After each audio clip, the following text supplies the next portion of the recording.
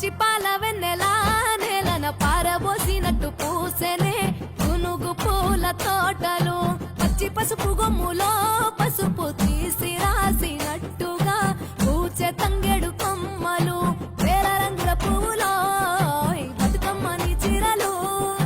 కోనేటిలో కలువలో గౌరమ్మని రవికలు ఎంతటి అందాల మహారాణివే నీ చుట్టూ పూలన్నీ చలికత్తెలే నిన్ను చూడాలని ముందుగా వచ్చిందే పువ్వుల దీపావళి బతుకమ్మ రాకతో మావాకిలి మురిసెనే పాటతో ప్రతిలోగిలి